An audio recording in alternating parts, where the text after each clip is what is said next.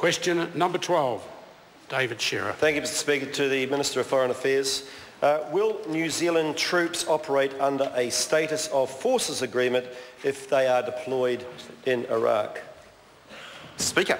Honourable Simon Bridges. Well, Mr Speaker, on behalf of the Minister, no decision has been made on whether to deploy troops in Iraq.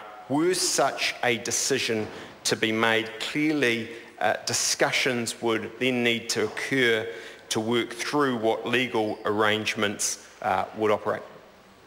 Speaker. Supplementary question, David Shearer.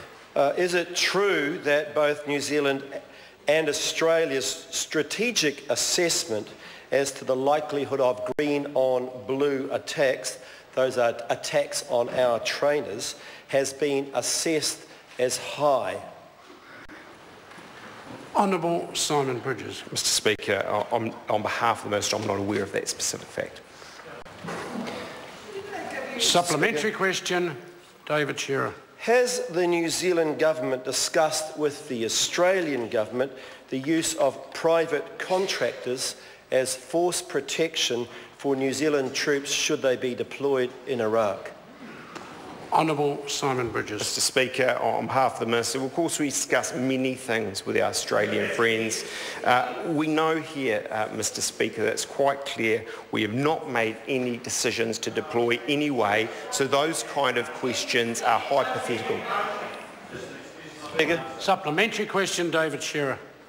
Can he categorically rule out then the use of private contractors as force protection of New Zealand troops deployed to Iraq, if they are deployed to Iraq, even if Australia and the United States do rely on them?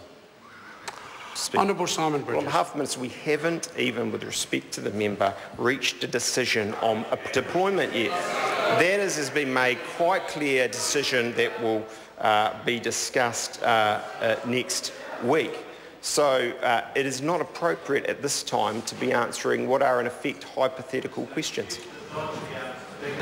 Supplementary question, David Shearer. Is it true that Australia and the United States to now have been negotiating on New Zealand's behalf on our possible deployment to Iraq, given that New Zealand doesn't have diplomatic representation in Iraq, and Dr Al-Jafari's visit to New Zealand last week was the first time that New Zealand and Iraq had discussed the possibility?